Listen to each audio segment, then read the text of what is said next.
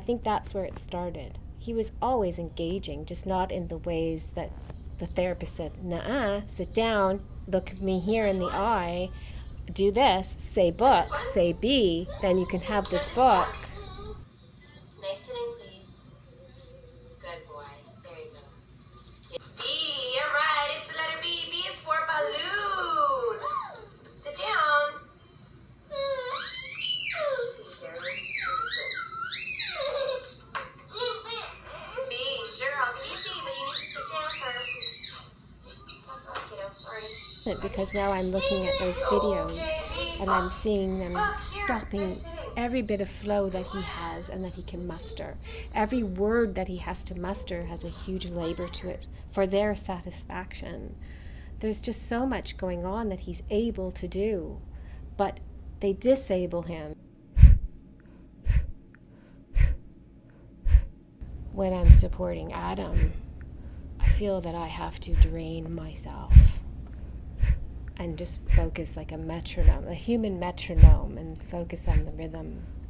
There's also many other rhythms going on in the room that I'm very aware of simultaneously, but in order for him to be able to do that labor of just getting out text to prove his competence, which I find is so problematic. His movements always need to be translated, and that's problematic too. So how do I manage and all of that stuff? It's a bit anxious. I think we're also living in a system that doesn't support me in what I do. It blames me. I think about that all the time. There's just so much time managing, be it, schools and their paperwork and their IEPs and, as he reached these goals and all of these linear timelines, and nothing happens like that in real life for in our situation. It happens up here, down here. It's never this straight line. It's like the stare. It's being stared at all the time. You're always in the public eye in one way, shape, or form. And you feel that eye, and that's such a pressure. It's a pressure to resist and manage that. And it takes a lot of time.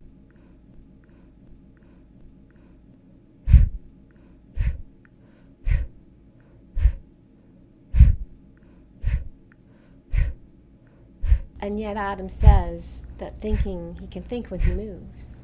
Thinking is a feeling in a body that is always moving. And he's told to sit still. And that's the only way that he's permitted to think. It's still engaging with. Maybe, and that's where people think it's unrelational, non-relational. Because it's moving around and it's moving through and it's not necessarily making this eye contact. And all of these expectations that if we're doing the same thing, then we're relating. Yes. But he's doing it around you and around the room and with all the other people in the room.